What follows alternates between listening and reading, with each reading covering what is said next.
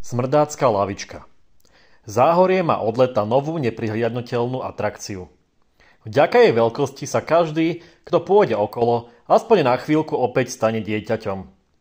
Smrdácku lavičku turisti nájdu nedaleko kúpeľnej obce Smrdáky. Už z diaľky zaujme svojou veľkosťou, je totiž 3 metre vysoká a 5 metrov široká. Ponúka skvelý výhľad na okolitú, mierne zvlnenú krajinu a zmestí sa na ňu naozaj veľa ľudí.